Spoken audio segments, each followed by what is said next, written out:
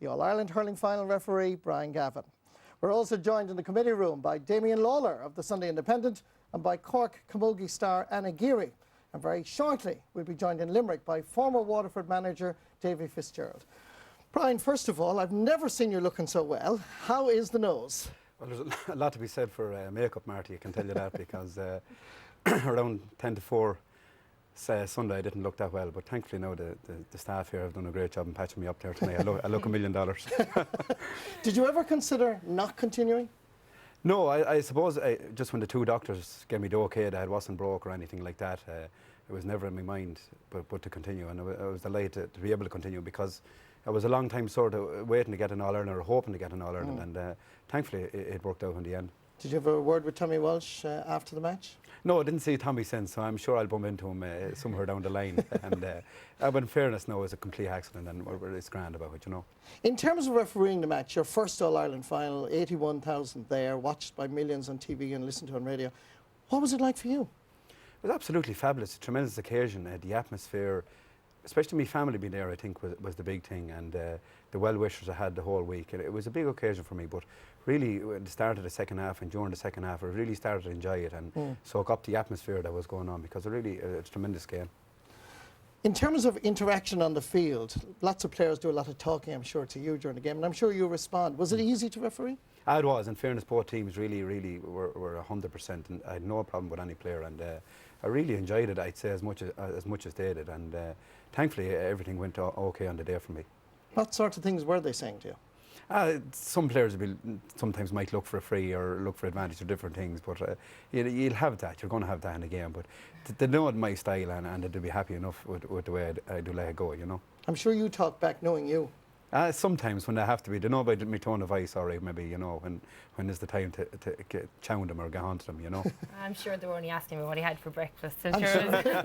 Something simple like that. Yeah. And are you enjoying the day, Brian? Yeah. Yeah. Damien, what was the difference between the two teams, do you think? I think Kilkenny took at it from the start. They were ferociously tuned in. I think maybe a few weeks before the final, you know, they would receive a text message, and maybe an hour before training with the location set aside in the phone. The players didn't really know.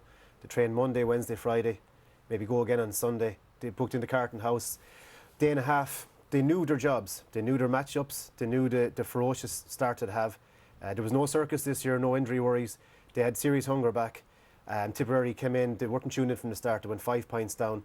They didn't really play the sharp passing style that they've been famous for the past 2 years. Interestingly, the points that they got from playing, Marty, were good combination work, teamwork, but they went the long ball route, and it didn't work out this time. And I think that Brian Cody had his matchups right. I think Tipperary just not tuned in from the start, and they lived to regret it. And I think that they didn't turn up, they didn't perform, and essentially that's the difference between the two teams. And how difficult is it to do back-to-back All-Irelands? Well, I suppose going in on the day, you're not worrying about that. You know, you have to be focused on the match at hand. And I suppose just following on what Damien said there, I think it wasn't so much as well the Tipperary didn't play that Kilkenny didn't leave them play. You know, they really did. From the start, they set out their stall. And I think even psychologically, Tommy Walsh picked up Lark Corbett just before the throw-in, you know, just to keep him on his toes. And then Jackie picked him up and, you know, did super on him for the whole game. People were talking about Lark going into the game, and they were saying how many goals did he score. So, you know, every player had a job, like on the Kilkenny team, and, you know, there was much more fluency in their play. The one thing I picked up on was they went straight for Paddy Maher. Every time he got the ball, three of them swarmed around him, and that meant then he couldn't deliver his diagonal ball to Larry Corbett anymore, and then the threat dried up. But, you know, some fans want to get a grip as well. Like, you know, Tipperary are a young enough team, and Kilkenny won 8 out of 11. That's fine. They'll go down in history. They are the greatest team ever. Like, I mean, Corbett has scored 19 goals since 2009 in the Championship, and people are on his back after that. These things happen. They're only human, they're only amateurs, but they'll come again. It's a young team, you know. Brian, do you think it was Brian Cody's greatest achievement to come back after losing the drive for 5 last year? Well, certainly the positional switches he had his homework done. Like every time Tommy Walsh got a ball, he was gone the opposite side of Pádraig Maher, and he put Henry the opposite side of Pádraig, naturally enough. And his tactics, I have to say, on the day were just unbelievable. Like, Kilkenny were really up for the game, and I suppose in most sectors of the pitch they were probably on top. But see, hunger is a big thing in GA, and just the hunger was the difference on the day. Yeah. And Kilkenny certainly had the hunger. And I think as well the hurt as well that they experienced probably in the league final. You know, people were very quick to talk down Kilkenny when they lost to Dublin, and I suppose, you know, they were trying to reclaim their reputation a small bit as well against Tipperary, you know. But definitely you were saying about the tactics. I mean, the players really stuck to their game plan. I mean, the ball that Tommy Walsh which was hitting across to Henry Shefflin. Brilliant, I mean, wasn't it? speaking as a defender, it's the worst kind of all you want to see your forward getting, because you can't mark a player when they get that kind of space. So definitely, you know, I mean, they really did. They stuck to what they were told to do. Okay, we'll talk more about that. As we saw, Davy Fitzgerald has stepped down as Waterford boss, and we're delighted to be joined from Limerick by Davy now. Davy, you've been in charge of Waterford. Thank you very much, first of all, for joining us. But you've been in charge of Waterford for the last 3.5 years. Would you view your management as a success or failure? From my own point of view, Marty, I don't think it was too bad. I arrived in when Waterford were beaten, I think, about 18 points by Clare, and was told that they were on the way down in a big way, and got to the All-Ireland in the first year. Managed 3 Munster finals, 4 semi-finals in total, and ended up winning the Munster Championship and 2 Waterford Crystals. So, in my view, it wasn't a bad few years. Are you going back home, Davy, back to Clare? Marty, I'm only out of the job for 4 hours. Will you give us a breather, will you? But I know So, that surely there's been some communication with Clare. No, there hasn't. And I can say that quite categorically. Despite what loads of people want to think and want to believe, I took the time to just think about the Waterford job, and I wasn't going to have any interference in that, and I took a long time about it, because I think those players deserve that, and certainly that's all I've done. And whatever will happen. I haven't a clue. Have you been approached by any of the neighbouring counties, let's say Galway? Well, Galway have a manager, so there's no point even talking about that, you know. Yeah.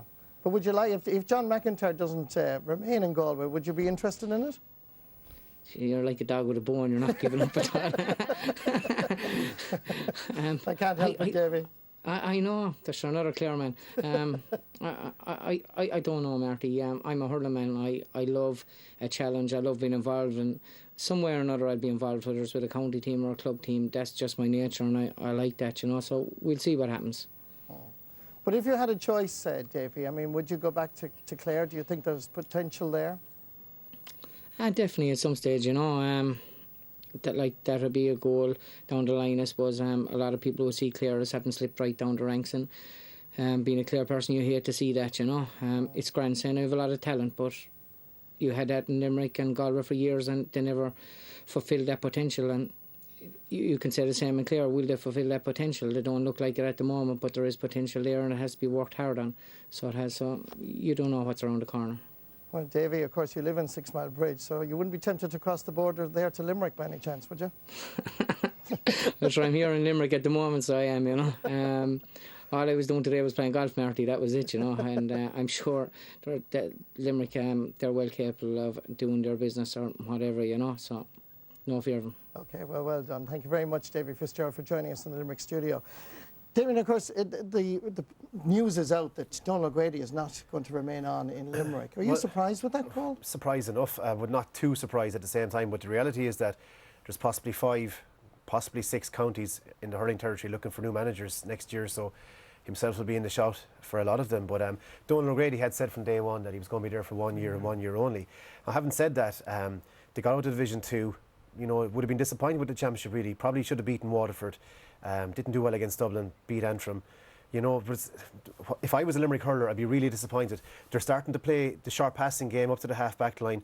They've got Kevin Downs and Declan Hannon up front. The bones of a really great team there, Marty. And it's a bit of a step back now, Donald O'Grady going. There's no point in saying otherwise. But I'd be very surprised if Limerick don't go and maybe someone local, because the team they had between 93 and 6 were great hurlers, and there's surely someone in Limerick well capable of, I'd say. Kieran Carey and TJ Ryan and Pat Heffernan and the backroom team like that at the moment, they have to be in the shout for it. Interesting time for a hurling manager if you are worth your salt, like Dennis Walsh with the likes of Waterford or Wexford. Look at him now, he's gone from Cork. Offaly looking for a new manager. You know, John McIntyre is reviewing the Galway situation. A lot happened last night, but I'm not too surprised Donald O'Grady walked away. He's a shrewd man. He said 1 year and he walked. That was it. Okay. Now this Sunday is the turn of the All-Ireland Camogie Finals, the senior event involving Galway and Wexford for the second. Thank you for being a friend. In the hot seat this week, Veronica Curtin and Aisling Connolly. Veronica, you're first. What's Aisling's most prized possession? Ash's most prized possession is definitely her hair products to keep them curls at bay. My nieces and nephews. Yeah. Your hair products for them curls. For close second. Who is Aisling's idol? Kate Middleton. She's obsessed with her. Definitely.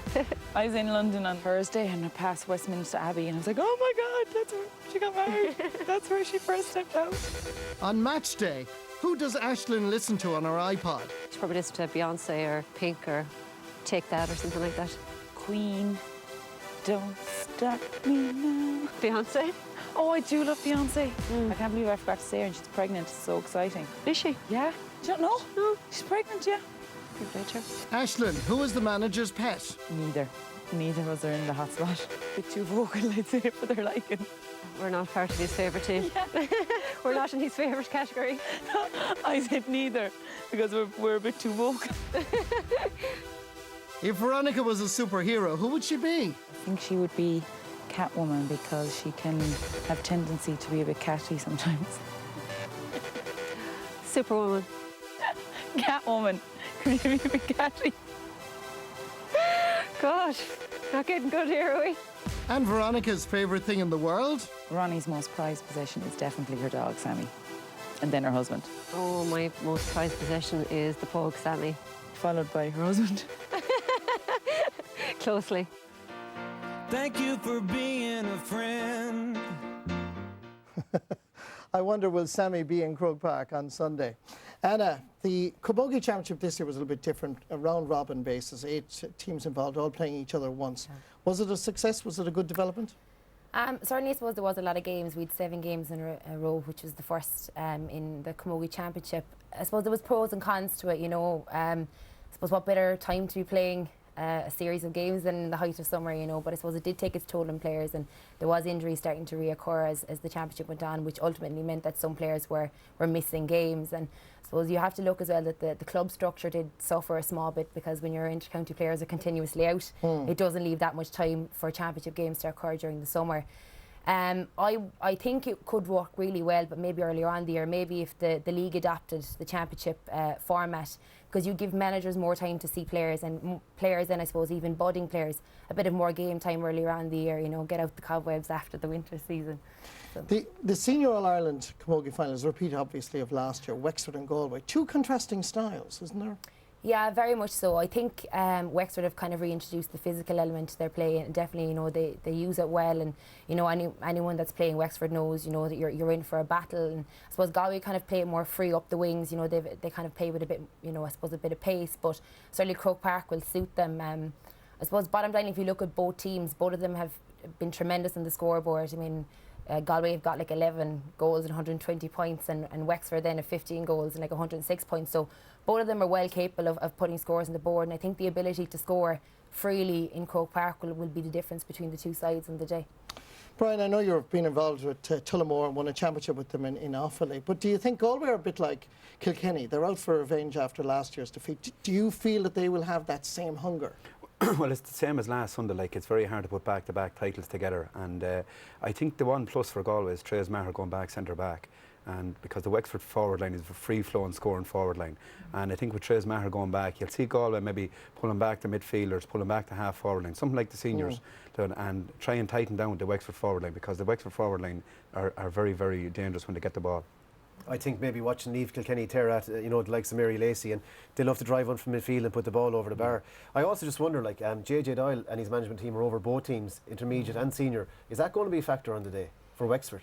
Well, I suppose, I mean, It'd be great for the intermediates. It would, I mean, and definitely, I suppose, for the intermediates, it's fantastic, you know, to be able to be training with the cream of the crop in their county, because they're ultimately going to get better, you know. But I suppose really he's got options on the bench, you know, and so do Galway. I mean, certainly both teams, you know, can bring on players if they're called. So. But is it hard for them to manage both camps on the final day? Must be difficult, really. Yeah. Well, it probably is, because you probably have a larger number of training things. But you know, then it gives them more options as well, because you might have the new players and even improving players breaking through from the senior. They might be able to use. 2 teams have been training together all year anyway. That's the big plus. And that's huge plus. 6 or 7 girls have been, you know, to and from in between, yeah. But I still as well, just picking up on what Brian said too, Sinead Callan is back full back now as well for Galway, and she was missing last year, and she'll be a huge asset to them, because she really is good facing the ball, and there won't be too many Wexford players running past her, you know. And Galway have got 2 starters in their half forward line. It's their first year on the team. Martina Conroy from Killimer, they won the All-Ireland club this year, you know, so even though it's her first year into county, you know, she knows what Croke Park is like, so that'll stand to her against Mary Lacey. Damien Lawler, who's going to win this All-Ireland senior title? In a word. Galway. Brian. I'll stick with Galway. 2 for Galway. Anna Geary, casting vote. You know, I think I'm going to say Galway. 3 from the committee going for Galway. Hunger. Interesting. Yeah. Hunger. It A is. bit like Best sauce. Kilkenny. Okay. Okay, well, on Saturday in Thurles, Dublin and Galway go head-to-head in a much-anticipated All-Ireland Under-21 hurling final. They will hope to immolate Cork, who won 2 Under-21 titles in a row in the late 90s, or even Limerick, who won 3 in a row a few years later. But when it came to senior hurling, those teams had different levels of success. Cork are the Under-21 champions. Limerick are the champions. 3 in a row. Looking back on it, 2000 to 2002 was a great time for Limerick hurling. It represented 3 All-Ireland successes, and with it brought an awful lot of excitement to the county. We had players such as Timmy Houlihan was in goals, Damien Reyes, Stephen Lucy, Brian Begley. They all went on to be very prominent as senior hurlers. Yeah, I suppose lucky enough to play for Cork in 96, 97, 98, and an under-21 team that was very successful. We won the All-Ireland in 1997 and 98 with a lot of players who would go on to play senior for Cork, the likes of John Brown, Wayne Sherlock, Diarmuid O'Sullivan, Mickey O'Connell, Ben O'Connor, Joe Dean and myself. Under-21 is quite different to senior hurling. I always felt that using under-21 as a standard bearer to what's going to happen to a senior isn't really an honest barometer of it. Niall Moran, good solo run here. Cork hadn't won an under-21 championship in a fair few years, so there was a lot of hope around the county at the time that that team would go on maybe to provide a number of good seniors, and you know, if anything, it went on to provide the backbone of the senior team for the following years. Some of the expectations that would have followed us having won those under-21s, in hindsight, they were very, very unrealistic. The standard was very, very different, and in a lot of our cases, the step up proved too much simply. Scoring hero for Limerick. Well, in 1999, I suppose the big move was that Jimmy Barry Murphy gave 6 guys their debuts really at senior level, and Cork went on to beat Clare in a Munster final and went on to beat Offaly and Kilkenny in the following 2 games with that same team. And Cork are the All-Ireland hurling champions. Obviously, there was reasons why it hasn't translated. At times, we never helped our own case. For the last decade, instability has been core maybe to a lot of Limerick hurling, and instability in player turnover, instability in manager turnover. And I think that has been predictated by a lot of the expectation that was generated around the under-21s. Maybe we got a bit carried away and thought it was going to be easy. And Limerick are the Under-21 hurling champions.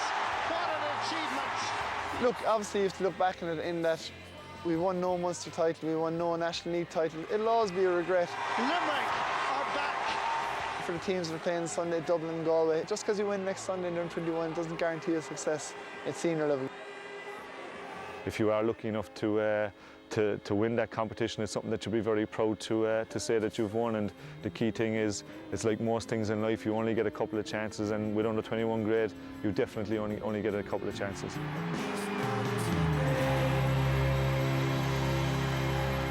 Two very different experiences there of bringing under-21 success to senior ranks. Damien, why do some teams make it, graduate from under-21 All-Ireland success to seniors and some others don't? When Cork hit senior level, Jimmy Barry Murphy was in tow, and it took a few years, but they delivered an All-Ireland in '99, and those guys knew what it was like to win an All-Ireland senior. So even though they had frequent manager changes after that, they had a base to go back to. 6 or 7 of that '99 team came from All-Ireland 21 winning sides. Within a couple of years, they had nearly blitzed the whole team positional-wise. Limerick joined a camp where there were 7 or 8 experienced players. They didn't settle in straight away. You know, it took a while. There was a bit of turbulence there. Thirdly, you'll never meet a more focused bunch than that particular Cork regime. The Limerick lads didn't have that focus. You can dress it up any way you want. And, you know, Cork pushed on, Limerick didn't. You know, on the outside Denmark, you've got stuff like jobs, college, personal life. There's a whole bunch of reasons when you're at that age, but they would be the 3 key reasons I go for. Brian, the game itself, you saw the dubs recently, I believe. What did you think of them? I saw them again awfully in Parnell Park, and I was very, because we started off well that evening. After 10 or 15 minutes, we were leading 6 points to 3. But within again half time, I think Dublin had as well 6 or 7 points down, and they're a big, physical, strong team. But the one thing I've noticed in minor, under-21 and senior with Dublin, that the very same warm-ups and drills at minor, under-21 and senior. So it looks like everyone in Dublin is singing off the one hymn sheet, which can only be good for their future. And after the nerves of last Sunday and next Sunday that they're used to playing in All-Ireland finals, it's only going to be a matter of time where Dublin's going to start winning All-Irelands. But they're really on the one wavelength, and that's the big difference probably with Dublin than other counties. And Damien, do Dublin really need to win an underage All-Ireland? They do, because like they're putting in nearly $1 million a year into hurling. They set in the strategic plan back in 2000, at the very start of the decade, to win an All-Ireland within 10 years. They've done that with the colleges, but they haven't done it with the 21s or minors. Now, they play very, very well in Leinster, but they're struggling a bit when they come out of there, and the minors got a right land against Galway in last Sunday. So I think it's crucial that they deliver an All-Ireland title in silverware now, Marty, to keep the momentum going. Galway have only played one game so far. That was against Limerick, the Munster champions. Is that an advantage or a disadvantage, do you think, Hannah? Well, in my opinion, I wouldn't see it as too much of an advantage. I mean, you're training all year. You're probably starting training the same as every other county in Ireland, and you're probably not gracing the field in championship till about August. So sometimes that wait for a championship game can be a little, I suppose disheartening, really. And if you look at Dublin, they've got 6 of the senior panel.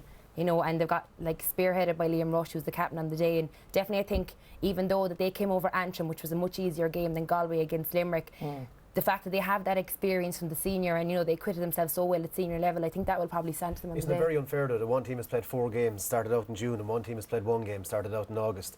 And is it doing Galway any good in the long run? No, I don't think. I think actually, if they did integrate themselves underage into provincial championships, it would actually only be better for Galway, probably even at a senior level, because their players then would have more games championship, more experience up against the likes of the upcoming stars, and they probably would be better, and it would probably transpire that their Galway team would probably be better in the long run at senior grade. But in saying that, I mean, it's no advantage to Galway to train all year, to play 170 minutes and maybe be out as well. They've only got to 5 All-Ireland finals since 2000, so it's obviously that they're not completely dominating in the other 21. Just two turning points probably in the under 21 championship this year was, Dublin went down to play a really fancied Wexford team away, and they came out with the winners. And of course Limerick was hotly tipped after probably the best game of the year against Cork, and Galway for unbelievable performance to come out for the first game and beat them. So look, it's nothing between both teams. Both teams have come down and played 2 good teams at different times. So Hannah, I'm going to give you the responsibility. Who's going to win this? I would say Dublin, because I think the experience that they've gained, it couldn't be underestimated. Okay, we'll see and find out. Damien, before I leave you, how about you, Damien? They're scoring about 22, 21 points each. It's going to be very, very tough. I have a sneaky suspicion Dublin might do it. Very sneaky. Fine. I'm going to plug one of our own as the late Tony Carroll from Offaly's referee.